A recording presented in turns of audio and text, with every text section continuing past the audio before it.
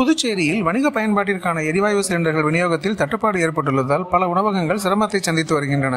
நேற்று முதல் பல வணிக நிறுவனங்களுக்கு சிலிண்டர் விநியோகம் தற்காலிகமாக நிறுத்தப்பட்டதாக கூறப்படுகிறது. இதனால் நகரில் உள்ள பல உணவகங்கள் செயல்பாடுகளை தொடர முடியாத சூழ்நிலை உருவாகி சில இடங்களில் மூடும் அபாயமும் நிலவி வருகிறது. இந்த நிலையில் புதுச்சேரி புசி வீதியில் அமைந்துள்ள பிரபலமான கொங்குநாடு கிச்சன் உணவகம் மாற்று ஏற்பாடாக பாரம்பரிய முறையில் விறகு அடுப்பை பயன்படுத்தி உணவுகளை தயாரித்து வருகிறது.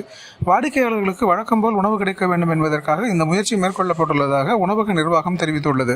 விறகடுப்பில் சமைக்கப்படும் உணவுகளில் மட்டன் பிரியாணி, சிக்கன் பிரியாணி, இறால், காரக்குழம்பு, சாம்பார், கூட்டு, பொரியல் உள்ளிட்ட பல்வேறு வகை உணவுகள் தயாரிக்கப்படுகின்றன. அதோடு விதவிதமான கடல் உணவுகளும் பாரம்பரிய முறையில் சமைத்து வாடிக்கையாளர்களுக்கு வழங்கப்படுகின்றன. இதுகுறித்து உணவகத்தில் பணிபுரியும் சமையல் நிபுணர் பட்டாபி கூறுகையில், சிலிண்டர் அடுப்பில் சமைப்பதை காட்டிலும் விறகு அடுப்பில் சமைக்கும் உணவுகளுக்கு தனித்துவமான சுவையும் மனமும் இருக்கும். அதனால் உணவின் தரமும் ருசியும் அதிகமாக இருக்கும் என்று தெரிவித்தார். சிலிண்டர் தட்டுப்பாடு காரணமாக சிரமம் ஏற்பட்டுள்ள போதிலும் பாரம்பரிய விறகு அடுப்பை பயன்படுத்தி உணவு தயாரித்து வாடிக்கையாளர்களுக்கு தொடர்ந்து சேவை வழங்கி வரும் இந்த உணவகம் பொதுமக்களின் கவனத்தை வெகுவாக ஈர்த்துள்ளது.